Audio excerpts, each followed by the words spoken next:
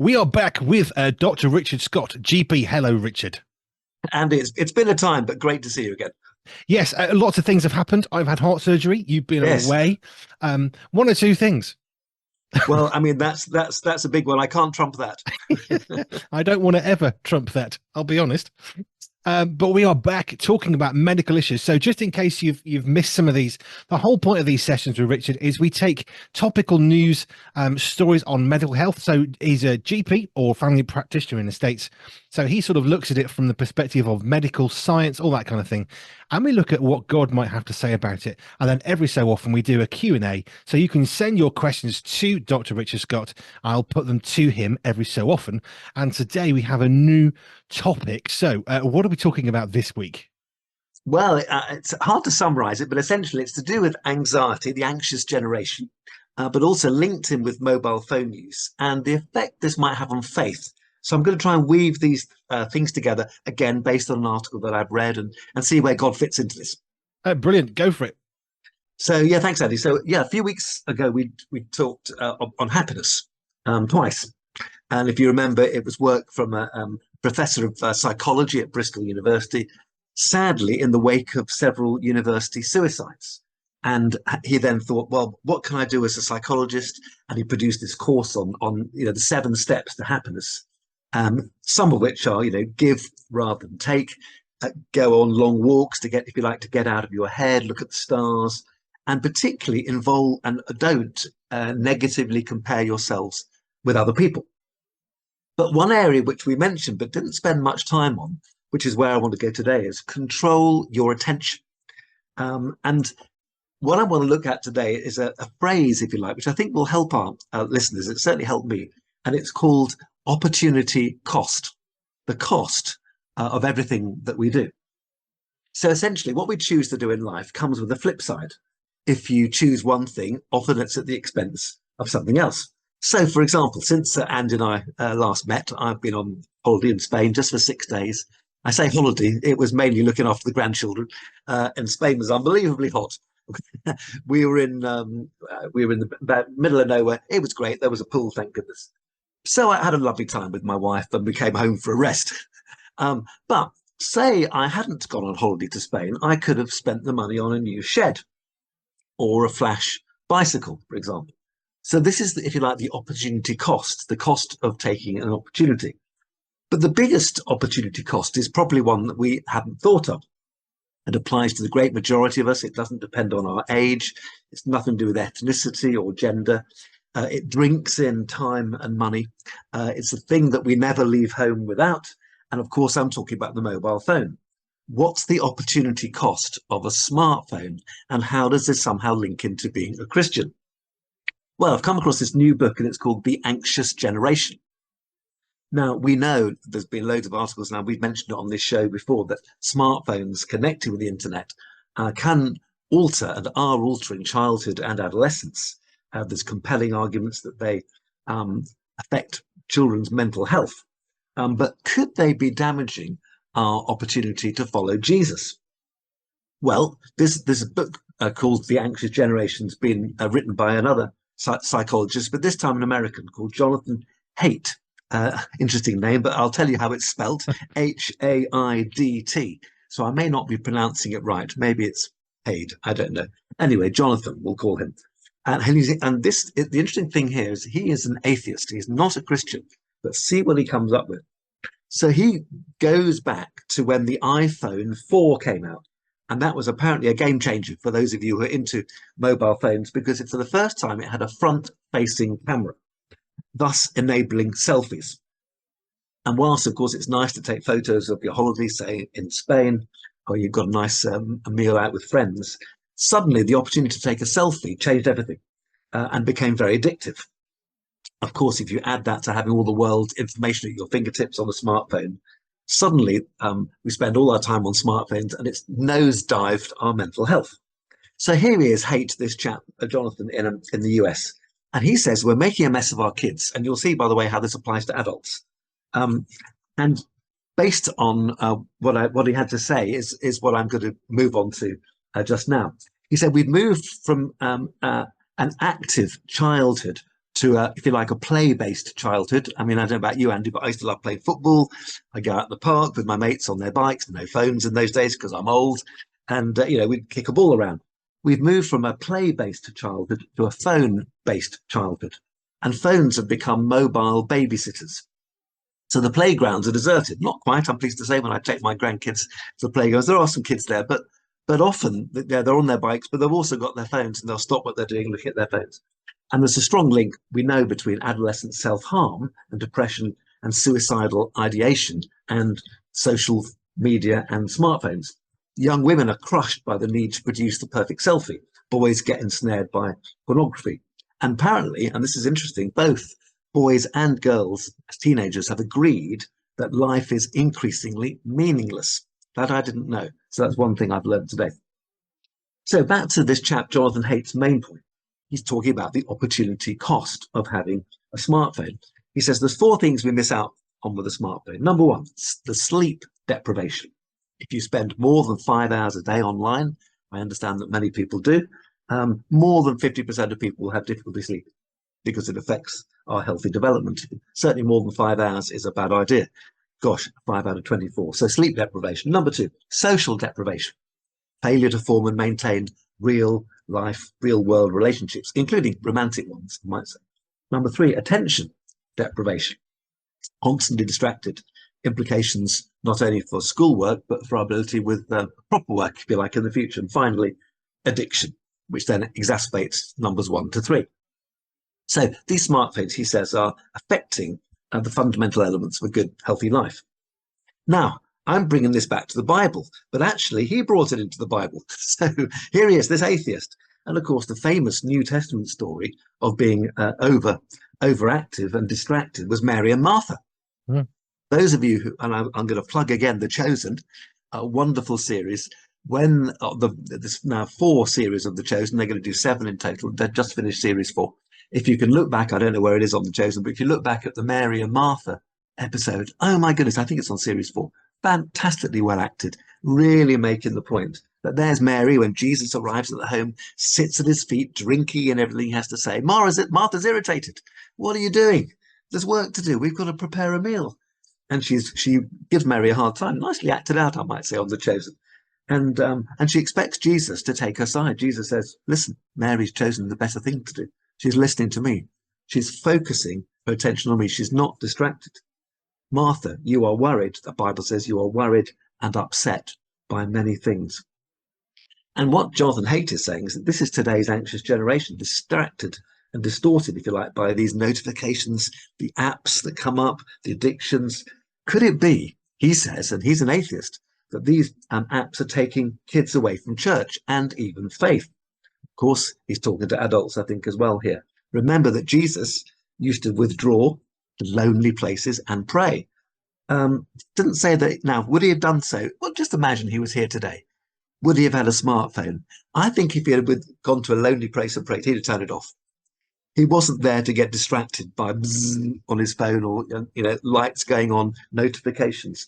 He chose to get away from everything and get there and pray. And he tells his disciples, when you pray, go up into the upper room on your own so that only God sees what you're doing. No vibrating phone at their sides either. Now, as I said, this chap Haidt, and this is we're coming to land in a minute. This chap Haidt is a confirmed atheist, yet he devotes an entire chapter of his book, The Anxious Generation, to spirituality. And as a non-believer, he argues that smartphones cause spiritual degradation because they're all about thinking about yourselves. I'm number 1. They're materialistic. They're judgmental. They're boastful. They're petty, with all the glory sought through followers and likes. He's clear. Our digital culture isn't neutral, but offers a kind of anti-discipleship. Now, his work is based on lots of research and data, and it upsets many. Many people don't like what he's written because it provides inconvenient truths. None of us want to put our smartphones away or tell their teenager to hand theirs over. Yet it may be that we need these radical interventions to prevent a social catastrophe. So here's 4 steps which he suggests. Number 1, no smartphones before 14. This is a challenge for us as parents and perhaps as grandparents. No smartphones before 14, no social media before 16. Number three, phone-free schools. I know some schools are trying this. And number four, an increase in unsupervised phone-free play. So play without school without phones, play without phones. And there's just a little thing for adults here. We're just going to add on at the end before I come back to you, Andy. Um, let's just remember that phones have an opportunity cost. Maybe they're a vice that needs taming. Number two, this is what actually a Christian has written. Perhaps we shouldn't even use our phones for Bible apps. Nothing wrong with the Bible apps, but they're too packed with temptation around them. Number three, create a phone-free space for youngsters, including within church. So there's a thought. And four, just reassure youngsters that the Christian faith offers life in all its abundance. And perhaps we need to provide be role models and switch our phones off too, so that we can really focus on God in order that we might live this life abundantly. So a few thoughts from an atheist who comes up with spiritual answers. I remember just recently thinking about particularly young people. There's been the two studies I've seen recently. One was about the amount of people who are finishing their A-levels in the UK. So that's about 18 years old if you're not familiar with the UK education system. So it's around 18, pre-university, and they're finishing school. And the increase of young people at 18 years old saying, "I am hopeless. I have no hope for the future." That is skyrocketing. So that's one thing. And the second thing I saw was a woman who did an experiment. Why are my children angry?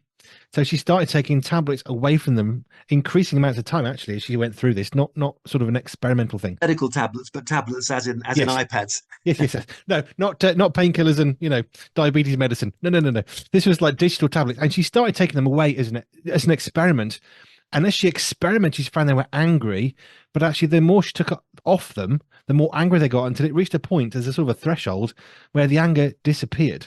And what she realized was the tablet actually is really not as helpful as she thought. It was a great learning device or great opportunity to learn how to do stuff, but she's basically taken them off the kids, saying there is no help that I'm seeing for my child's general demeanor. Well, interestingly, I read another thing which I haven't actually written down, but just in the paper this weekend about how many parents will try and pacify, particularly the sort of younger kids, 5, 6, 7, with an iPad. Oh, just have a look at this, if you like, as a digital pacifier. And what it's been discovered, again, it leads to increased anger. Yes. So it doesn't pacify them. It might do at the time, but it has a long-term adverse effect of anger. And no parent wants that. No, we don't want to generate anger in our children, not at all. There's a lot there. Just one term you use, which I just wanted to clarify for people. What's an adolescent? What does that mean? So pre-adult. So it's the later teenage years, if you like, peri-adulthood, a bit like people who just before the menopause are thought as being peri-menopause, peri-adulthood. So perhaps 15, 16, 17, Thank you. Around that age. I don't know, and I thought maybe others wouldn't. So I don't mind sticking my hand up and saying, I actually don't know what that term is. That's all right. Right. So let's work through this. No social media before 16. I don't know what the age is, but there is actually a minimum legal age for social media. I'm not sure what it is. I just know that it's there. Yes. Yeah. Well, again, I'm not sure. But yeah, how is it policed? And we're really saying to parents, you're the number one policeman. We shouldn't just rely on, social media, big organizations, or even the police. You need to manage your kids. And no one's saying it's easy. But taking the easier way out and just letting them run riot for 5 hours plus on their phones will lead to, well, he says, catastrophe, disaster. I suppose my thought on that one in particular about actually giving a child or young person a phone is, there are lots of advantages to it. It's good to know where they are. It's a good security, safety thing. As a family, we have a GPS app on all of our phones and we know where we are. So if there's a problem, and we have used it once or twice I don't know where I am. Joe had a puncture on a bike and I just looked at her on the map and thought, and we drove to her. So there's some great things about it. On the flip side, you've got the issue of children with phones. And it's a bit like saying to your child, I'm going to drop you off in the middle of this darkened alley in the middle of the night. We know there's drunks and there's alcoholics down there and there's drug addicts and, there's axe murderers, but we're going to leave you here because I'm sure you're fine. Because we can't see them because they're a bit further away. That actually is how I genuinely think about the idea of just giving a child a phone and saying, off you go. Wow, that's a very interesting, a very good analogy, one I hadn't thought of. But yeah, isn't it true? Isn't it true? I have come across it. I'll give you a couple of nice stories there from phones. True stories of well, a mobile phone could save your life. One chap literally was falling off the edge of a cliff, hanging on by his fingernails, and just managed to activate his phone. He was saved. But an even better one, and this comes from my Africa days. When we arrived in Tanzania in 1990, there'd been a story of because there were lots of big pythons around, and pythons will eat adults. Children are easier, and this python was squeezing a child, and fortunately the adults who got there in time managed to unravel it, and off goes the python. Python managed to get away, so did the child, thank goodness. But the best story on a mobile phone is somebody who had a mobile phone who was being squeezed by a python, set it off, and people got there in time. Bear in mind, you haven't got long. No, they're pretty effective at what they do. So I'm not totally anti-mobile phones. Those are very, very good uses of mobile phones, but the dangers are obvious.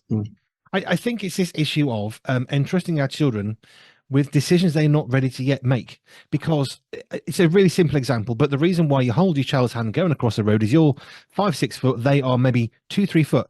Their perception of speed is completely different just because they're shorter. It's got nothing to do with ability. The fact they are 3 foot, 4 foot shorter means they can't judge speed as well. That's just a really simple example, but you can, expand that as much as you like. But that's just a reality of children need adults. And if we don't use mobile phones sensibly, then all of a sudden we've got issues further down the road, a bit like what I was saying with the hopelessness. We know that one of the Instagram was it directors or CEOs quit, and the reason was, she said, we know that our algorithms are targeting young girls to make them want to stick with us, but it makes them depressed. And that was one of the reasons why I read that she left, because actually it causes so many issues. Yeah. And when people say, big statements, there's no evidence, or, we're doing our best when they aren't, it's dishonest. And so well done for her to if you like, to pull the rug out from under them. There's so much in here, isn't there? I remember when I was 18, I had a mobile phone because where I lived, it was cheaper than a call box. It was that simple. It was just a mathematical thing. I could chat to my now wife, and we had phone calls because it was cheaper with a mobile phone than a call box. We used to talk loads. We still do. That's never changed. And my boys have got mobile phones, and we've taught them how to do stuff. But you either say, well, there's nothing I can do, so what can I do? That's not a solution. You either rip the phones off your kids and you're going to have serious issues with your relationship with your children, or you kind of go for a middle ground of, let's have a conversation about how this actually can work safely for all of us in the family. Yeah. And I think, it's the best time to do that is right at the beginning when a smartphone is given out. So I think you have those conversations, a bit like, it's good to have conversations before you get married. Perhaps there needs to be a smartphone course, like a marriage. Just a thought. But equally, if your kids are well used to the phones, and you think, gosh, it's getting a bit more tricky, perhaps you need to present them with data. This is the data. These are the studies which are showing that there are dangers here. We love you too much to allow you to sort of step blindly into the dark alley that you've just mentioned. I think it's too easy to think, well, everyone's got one, so we better go with it, because what else can we do? Yeah, well, I mean, the thing about being a Christian is you are the fish swimming in the opposite direction. Yes. The very least thing, God has designed us to live life abundantly. And there are, I think, like everything, there are wonderful things with mobile phones. There's wonderful things with money. There's wonderful things with sex. But all these things, computers, can be, mismanaged. And of course, that's what the devil loves, absolutely loves, taking something that's good and destroying it. So let's not play into his hands. I think of these 4 points that you brought up, the one that makes me think this really is the one thing that could transform society better than anybody else is having schools that say you're not allowed to have a mobile phone across. You walk in the gate, you're not allowed to have a phone. Here's a tray, stick it in there. You're not having it while you're at school. Perfect. Absolutely. Yeah. Because it would teach discipline. We don't like the word discipline, but we teach discipline is just understanding how to do something over and over again until it becomes a normal thing. That's all discipline is. Yeah. And I know that some schools are doing that, but I'd love to see it in all schools. Just as a matter of, just as a norm. Yes, I really think that would be so much better. But the other thing which I saw was, I actually wrote it down wrong. I think I wrote it down wrong in a good way, because I said more play, less phone. And actually, that's not quite what you said, but it got me thinking, rather than just saying, okay, let's take this off you. Well, it's like anything else. What are you going to give instead? What can you do as an alternative? Absolutely. And that's why, when I see my drug addicts or alcoholics at work, I'm saying there's something better. I'm not just saying stop drinking, stop taking drugs. Here's something better, Jesus. Mm. You've got to have something better to offer. Mm. And actually, I had a lovely conversation with a patient about the other day. Comes in with his mum, absolutely, shocking alcoholic in binges. Was dry when I saw him, and I said, "Look, it's very difficult stopping alcohol because if you tell me every 6 weeks, you're back on it again. What's going to change things?" Then I said to his mum, "Do you know that I'm a Christian?" She says, "Yeah, I thought you might be mentioning that." This is better. This is what you need. Yeah. And he said, "Do you know, I've been thinking about this," and off we go. So I'm hoping and praying that he'll take what I said seriously, because otherwise, in himself, he's nothing like strong enough. Alcohol's a powerful enemy, but with God, oh, Mm. that's different. I was chatting to someone just this morning, which I'm not going to go into, and he had a really, really terrible past. I mean, it's some really horrible stuff, but God took all the really nasty stuff that none of us ever wants to think about happening and redeemed it. And now he helps people, not necessarily specifically with the stuff that he went through, but he's there to help others because he's been through it. And now he has a light to shine in the darkness. But if we don't, we can cover the light. What's that scripture about? Don't stick your light under the bottom of a cupboard, stick it on the top shelf so it can light the room. Yeah, yeah. Well, how good is that? That's really good. And I think maybe, just we should be shining in all areas of life. So as Christians, let's show people how to use a mobile phone well. I will say that when I have a quiet time that goes well, sometimes they're better than others. They're not always brilliant. I don't have the amazing tongues of fire coming down. It's often just me reading the notes and thinking, on with the day. But sometimes if I have a really good one, it's because, and I do make a point of this, I turn the phone over. I don't want to see it. I don't want to hear it, because if I use the Bible app, which is brilliant sometimes, I prefer a Bible, a paper, a book, because it means I'm not distracted. Yeah, no, well, and me too. Yes, I'll use, if I'm away from home and I've forgotten my Bible. Yes, I'll look at it on my phone. But I'd prefer paper every day of the week. Yes, me too. It's why I don't like reading on a digital screen doohickey. I much prefer a book. Very I good. don't think I'm old fashioned either. I think it's better. It's tactile, isn't it? And also, to be honest, my great big thick life application Bibles gives me a whole load more notes. Yes, I could find them on the screen, but it's just there on a page. It's just easier. And as you say, it keeps the distractions, the temptations at bay. Which is a good thing. Right. That'll probably do for that one. Thank you. We could go on in so many different tangents on this one. The Anxious Generation, that's an interesting book. Jonathan Haidt, Haidt. Yes, The Anxious Generation. That might be worth you looking up. And yeah, the 4 conclusions he came up with: there's no smartphones before 14, no social media before 16, a phone-free school. That would be amazing. Richard Knight, yes, vote for that. And then more play minus the phone. Yeah, absolutely. Unstructured play minus the phones. Absolutely. Just Good off the stuff. back of that, boredom. I saw something on boredom recently, which I think touches ever so slightly. We're in a generation where we've got to stop boredom for our children, but actually, boredom is such a great motivator for creativity that we would never have considered had we not been bored. Yeah, no, very good. And I think you're right. If we suddenly we've got to do something all the time, that's not good for us. And then, of course, leads to shorter attention spans. Actually, being creative. I remember my mother-in-law used to say, "No, if you're saying I'm bored, no. That means that you're boring. The problem is you. Get up and do something," is what she was saying. Don't just blame the situation. Oh, it's all terrible out there. No. Okay, what are you going to do with your time? Are you going to read a book? Are you going to do something? Are you going to create something? So, you just to say to the game, okay, what are you going to do? Up to you. I don't have problems with boredom at the moment. It's kind of busy running a radio station. But in the past, when I found myself with a bit of a low time, I would go and clean a surface or mop a floor, because the simple mechanical process of just repetitive doing something that wasn't particularly complicated was so nourishing for the mind. Very good. Yeah. Right. Thank you, Richard. Again, as ever, if you want to send questions to Richard about this subject or any other, if you've seen a topic in the news and you think, you know what, I would love to know what on earth this is on about, you can email those to us, hello@pure247radio.org, hello@pure247radio.org, and I'll put those to Richard, and maybe we can answer them for you on the air. Richard, as ever, my friend, thank you. Yeah, always a pleasure.